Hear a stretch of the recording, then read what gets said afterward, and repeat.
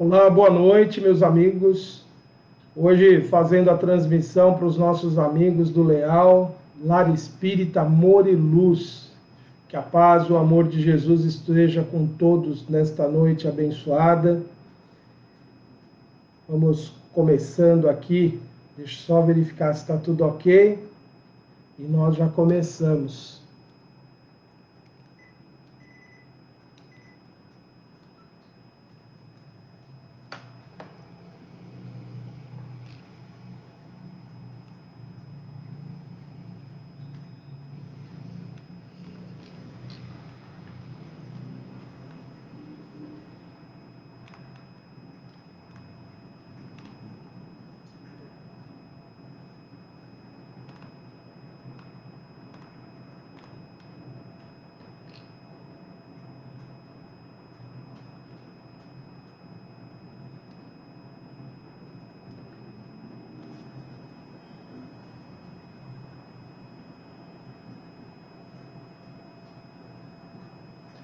Então vamos começando. Hoje nós temos o tema Conhece-te a ti mesmo. Só que eu gostaria de convidá-los a todos neste momento, então, para começarmos com uma prece e que possamos todos, nestes instantes, elevando o nosso coração a Deus, nosso Pai, fonte eterna de todo amor, de toda bondade, a inteligência suprema que a tudo prevê, tudo conduz, que a tudo supre de suas necessidades. Pai de infinita misericórdia, nós te pedimos, Senhor, ampara-nos nesta hora e a toda a humanidade, Senhor. Todos nós que atravessamos esse período desafiador para a nossa evolução, que possamos todos, amparados pelo conhecimento espiritual e fortalecidos pelo amparo dos amigos espirituais, que possamos vencer as nossas provas, as nossas expiações. Que assim seja, Senhor. Graças te damos. Hoje, então, nós vamos abordar o tema Conhece-te a ti mesmo. É um tema muito comentado no meio espírita, é um tema que normalmente faz parte das programações das casas espíritas, porque se trata de um tema bem atual, importante, e ele, com frequência, é destacado. Mas ele é um tema muito desafiador, porque normalmente as pessoas trazem uma ideia de que elas já se conhecem. Nós todos temos esse grande equívoco, nós achamos que nos conhecemos. De fato, nós nos conhecemos sim, nós conhecemos uma parte importante do nosso ser que nem mesmo outras pessoas conhecem, nem as pessoas de mais íntima convivência sabem. Mas nós lá no íntimo sabemos das nossas ideias, dos nossos pensamentos, das nossas emoções, dos nossos desejos. Nós temos uma parte da nossa história que nós não revelamos a ninguém. São inúmeras situações que muitas vezes até queremos esquecer. E é um fato, então, que há uma parte que somente nós mesmos conhecemos sobre nós. Por outro lado, nós temos que levar em conta também que nós somos seres milenários, temos inúmeras vidas que já foram vividas, numerosas experiências nas reencarnações anteriores. E nós tivemos nessas reencarnações ali a oportunidade de agir, de ser de maneira diferente do que somos hoje. E muito da nossa história está lá nos nossos arquivos mais profundos do nosso subconsciente, da nossa mente. Está lá de uma forma guardado, que felizmente nós não podemos, na vida terrena, acessá-los todos de uma vez. Isso poderia criar uma confusão mental a ponto de nos enlouquecer, de nos perturbar.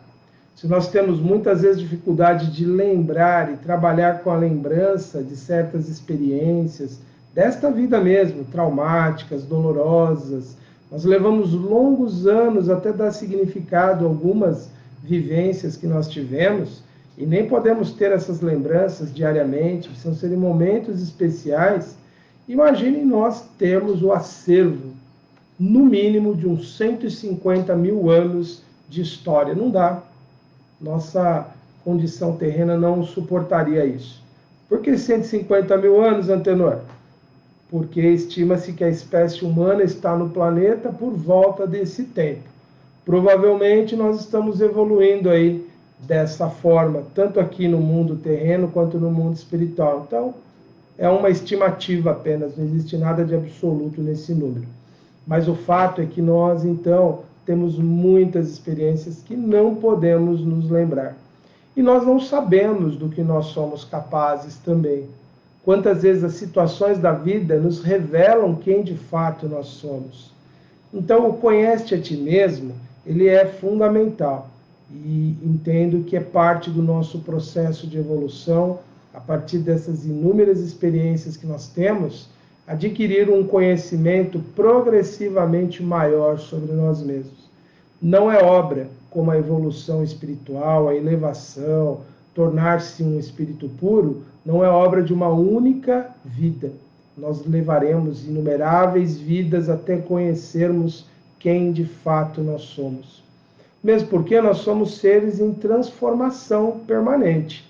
Como seres que evoluem, nós estamos agregando cada vez mais em nós qualidades, atributos positivos, estamos adquirindo competências, vamos nos tornando cada vez mais aptos a realizações que nem imaginamos.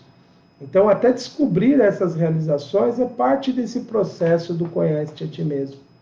Então, é algo que nós não vamos realizar numa única existência. Necessitaremos de inúmeras existências. Certa vez, Jesus disse aos discípulos, vós sois deuses. O que ele estava se referindo? A esse grande e extraordinário potencial que nós carregamos em nós. Quanto tempo levaremos para descobri-lo? Muitas existências futuras.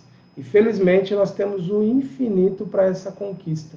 Por isso que não devemos nos afligir de sermos mais do que nós podemos ser hoje, embora nós possamos sempre melhorar a cada dia. Parece algo paradoxal, mas é um fato. Embora não devemos viver aflitos por evoluir rapidamente, por nos transformarmos rapidamente, ao mesmo tempo que temos que ter a atenção de não deixar escapar um dia como oportunidade de crescimento e elevação. E não é algo fabuloso que nós vamos fazer nesses dias de transformação. É algo bem simples, é algo bem tranquilo, que na verdade é viver bem os nossos dias, de forma pacífica, de forma equilibrada, nos momentos graves nós conservarmos a possível serenidade nesses momentos, de nós realmente conseguirmos ter ali uma sobriedade nos momentos desafiadores. Esse é vamos dizer, o desafio maior, então, nesse processo. Nós, em nossa evolução, então, vamos aproveitando cada oportunidade, cada momento para esse crescimento. O conhece a ti mesmo, ele tem uma história dentro da doutrina espírita. Por que no Espiritismo nós falamos tanto sobre autoconhecimento? Por que para o Espiritismo, muito mais do que explicar fenômenos espirituais, muito mais do que ficarmos discutindo se tal fato extraordinário é possível ou não, no Espiritismo, mais importante é a transformação das pessoas, é o seu crescimento interior, é a sua mudança de atitude perante a vida para melhor. Nós observamos que muitas pessoas se desencantam com o Espiritismo quando veem que aqueles fenômenos espantosos que são relatados não são reproduzidos indiscriminadamente. E até perguntam, por que não tem mais tantas materializações como a literatura diz que teve no passado? Por que não há mais médiuns tão extraordinários como aqueles do final do século XIX, começo do século XX, que produziam aqueles fenômenos de efeitos físicos tão impressionantes? Aquela fase passou da história espiritual da humanidade, por quê? Uma vez demonstrado a realidade espiritual, e nós ainda temos inúmeras demonstrações que vieram depois de outras formas, eles nos chamaram a atenção de que, mais importante do que ficarmos todas as vezes que queremos comprovar a realidade espiritual, é, partindo dessa comprovação, aproveitar desse conhecimento para nos tornarmos melhores. porque afinal de contas, esses espíritos que revelaram a doutrina espírita, eles entendiam que a humanidade tinha chegado num período decisivo da sua evolução. E hoje nós estamos percebendo o quanto o homem precisa ter muito clara a sua natureza espiritual, de que ele é um espírito e não um corpo.